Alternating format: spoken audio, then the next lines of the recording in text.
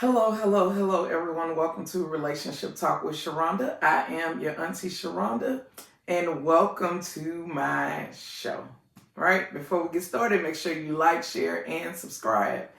Of course, I have been super busy trying to get the Cut Queen project pretty much off the ground. And because, once you submit everything over to publishers, at that point, you're waiting on them to send you back a copy. And I typically plan an event that goes along with the book. So I have been super busy, right?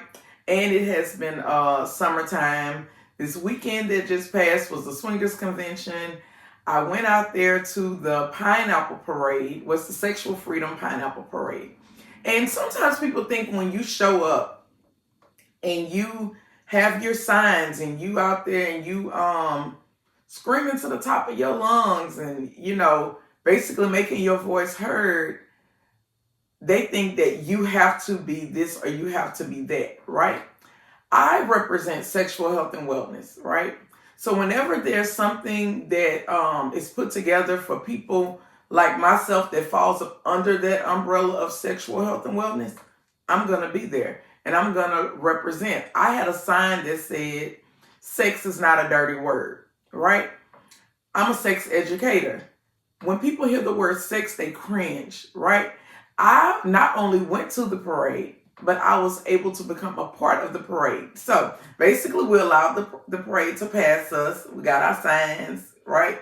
And as the parade passes with all of the bigger floats and stuff like that, they allow, if you want to walk behind the parade, then you can become a part of the parade and walk with the parade. So guess what? I have my sign up and it's saying sex is not a dirty word. And people are responding to the sign. And they're saying, you're right, you're right. People on the balconies, they're throwing beads, right? Then you see people looking at you, engaging with a smile. That's basically saying, hey, you saying what I'm thinking, right? I think we've went so far as trying to protect certain groups, especially children, when it comes down to sex. And I completely understand that because there's a time and place for everything. But even when we deal with children, we have to we can't be afraid to teach sexual health and wellness, teaching them their body parts, the correct names for their body parts, right? Talking to them about inappropriate touching. All of that falls under sexual health and wellness. A lot of us want to use the words, oh, I'll talk about the birds and the bees.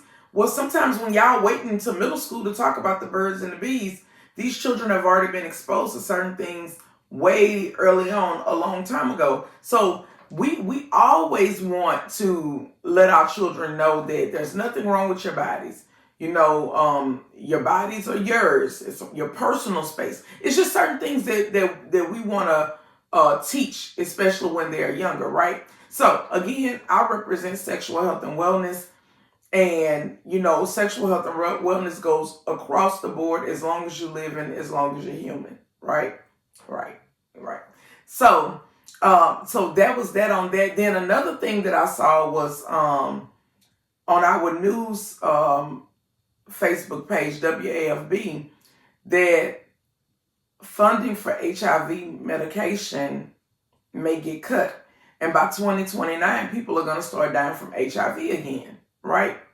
And that concerns me because what I know is the most at-risk group of people that is getting new cases of HIV are Black, heterosexual, monogamous women. I'm going to say it again.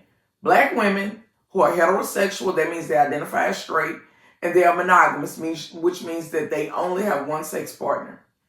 This particular group feels like they are safe, but this particular group have the highest number of new cases. Why is that so? It's because you can walk around every day and you can do what you're supposed to do, right? You can be with one partner, love one person, get married, raise a family, do all of these great things. You can literally be doing everything that you're supposed to do, but that does not guarantee you the person that you are with, that you're sharing space with and sharing your life with, right?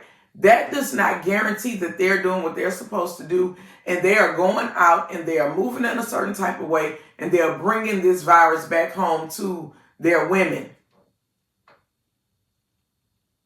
And this group is in a state of shock because it's like, how did this happen to me? Because I did everything right. I wasn't loose. I wasn't out there being promiscuous and spreading myself around. But what we have to understand is the group that is what we consider to be promiscuous, right, or high-risk groups, those groups understand the importance of protection. Those groups understand the importance of PrEP, right? They're doing things, preventative things, to keep from catching a virus, whereas you on the other end, you feel like because you're living morally right, that that's enough. And unfortunately, I have to bust your bubble and tell you that living morally right does not guarantee you that you will not get this virus. So that means that we have to have realistic conversations with our partners. And we can no longer turn a blind eye to bad behavior. And we got to call a spade, even if we're going to be there in that situation. And if you're going to be there, you're going to be sexually active with them, then you might want to make them cover it up and protect yourself, especially if you know that they're outside moving around in a certain type of way. And let me tell you something about men. Men don't mind low-hanging fruit. Meaning men will pick from the bottom of the barrel. When they with the bottom of the barrel, they won't be seen in public with them, right? They're not going to give them too much time and attention. They're not going to date them, but they will have sex with them. So if you think that your man ain't above it, baby, you got another thing coming to you. Okay? So, again, moving on. I got so much stuff to cover, right? Because it's been so long since I've done a video. I got my watermelon here, right? And I'm going to be talking about vaginal dehydration just briefly because I have a whole nother video on vaginal dehydration. But one of the great things to help with hydrating the body is watermelon, right? If the body is hydrated, then the coochie is hydrated, all right? Say it with me. If the body is hydrated, then the coochie is hydrated, okay? Watermelon is a great way to hydrate your body. And of course, I have my notes, right? Because I don't want to take a lot of time and I don't want to spend a lot of time on this, right? But watermelon is 90% water, right? It helps your entire body. How so? Because watermelon helps with blood circulation. It has amino acid in it that supports blood flow, and it can enhance natural lubrication and sensitivity. So not only are you getting circulation, but you're going to get pleasure as well because of the sensitivity, okay? It is loaded with antioxidants, right? Packed with vitamin C, helps reduce inflammation, and it impacts vaginal health over a period of time. So the thing is, sorry about that, y'all, my nose itching. The thing is, eating watermelon sometimes, that's not going to really have a big impact on you. But if you're a person like me who buys 3 watermelons at a time and you eat about 3 watermelons a week, because that's about how many I eat a week, right? It's going to do wonders for your body, wonders for your skin. And let me tell you, if you're a squirter, you're going to be well hydrated, right? I even noticed that when I'm just really eating this watermelon like this, I normally need electrolytes and stuff after sex. But as long as I'm eating this watermelon, I'm typically good, right? So even with that, I find that I don't even need the electrolytes like I would normally need the electrolytes, especially if I've done some hellified squirting.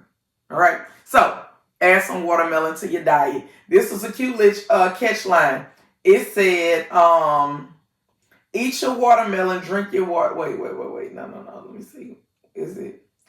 Oh, a hydrated body equals a hydrated coochie.